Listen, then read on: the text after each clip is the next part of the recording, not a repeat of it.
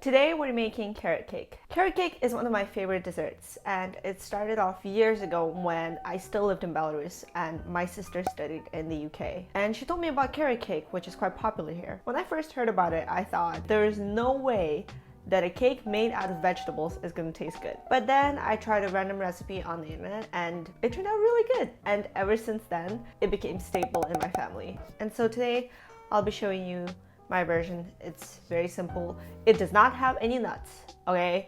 Because I'm allergic to nuts. Feel free to add any if you want to. I'm not going to because if I do, I'll die. So we'll need 137 grams of carrots. I'd say it's around one big carrot. The thing about carrots is there are certain sorts that after you grate them, they give off a lot of juice. Make sure that the 137 grams of carrots that you have is just shredded carrots and not including the juice. Okay, and now it's all about your hand movement.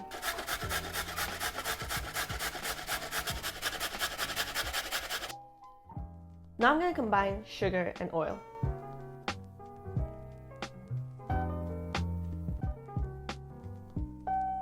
While it's mixing, I'm going to combine dry ingredients. Combine all of the dry ingredients to make sure that everything is mixed through thoroughly. And now I'm going to add eggs one by one while the mixer is still on.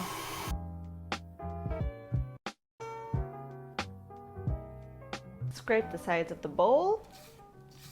And now I'm going to add dry ingredients. Then we're going to add carrots. When I add carrots, I make sure to squeeze them real hard so that I add only shredded carrots without any juice. I'm gonna mix it with the paddle attachment, and now I'm gonna add the final ingredient. Orange zest. I really like adding orange zest. I think it just makes it bright and just really good. You do not want the white stuff. White stuff is bitter. We don't want bitter cake. Okay. Final mix with the paddle attachment, and then it goes into the oven at 155 degrees. Ooh, look at that. Oh, it smells like oranges.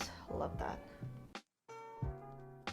To prepare the tins, I fold a piece of parchment paper until I get a triangle, and then put it in the center of the tin to cut the end. And that's how you get a circle. Then I brush it with neutral oil and pour the batter. Our tins are ready, and when the oven hits 155, we're gonna pop them in for about 40 minutes. As always, time depends on your tins, on the oven, on everything. Use the toothpick, and if the toothpick is all dry and nice, then it's ready. Toothpick test. See? All dry. I'm gonna keep them like this literally for a few minutes to get rid of the hill. And then I'm gonna flip them again. Don't they look nice though? I recommend assembling cakes when they're fully chilled. They're gonna be out like this for probably another hour. And then I'm gonna wrap them with cling film and put them in the fridge and assemble them tomorrow. And now for everyone's favorite part, cream cheese frosting. I first whip up room temperature butter for a very long time until it becomes fluffy and whiter in color. Then I sift icing sugar and mix it with a spatula to avoid icing sugar going all over the place and whisk it thoroughly. Finally, I add cream cheese and mix it using a paddle attachment.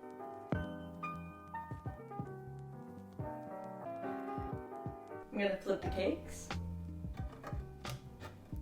They chill pretty decently, so I'm gonna wrap them in cling film. And now these babies go into the fridge. Got myself a piping bag, and I'm gonna transfer all the frosting into a piping bag.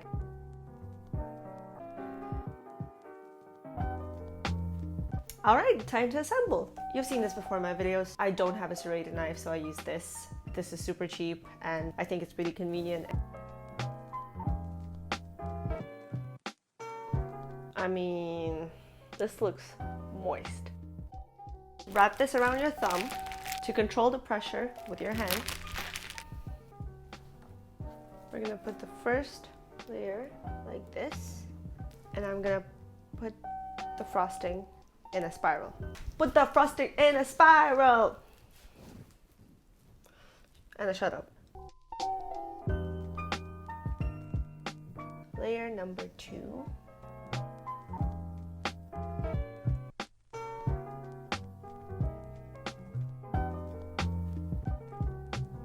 The final layer.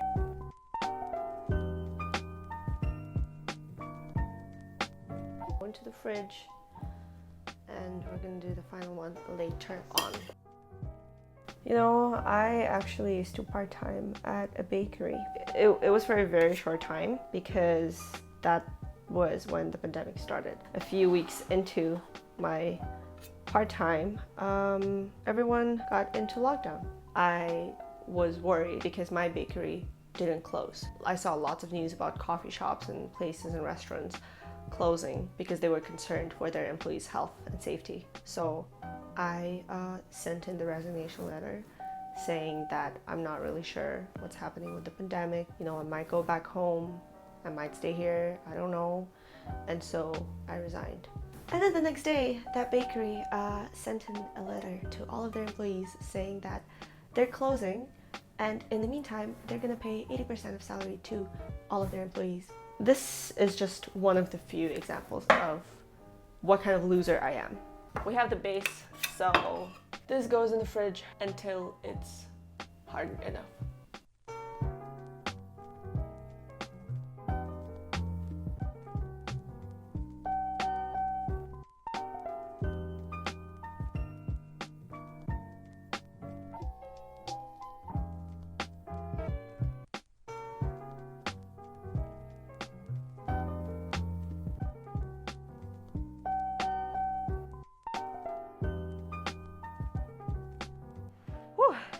Thank you guys so much.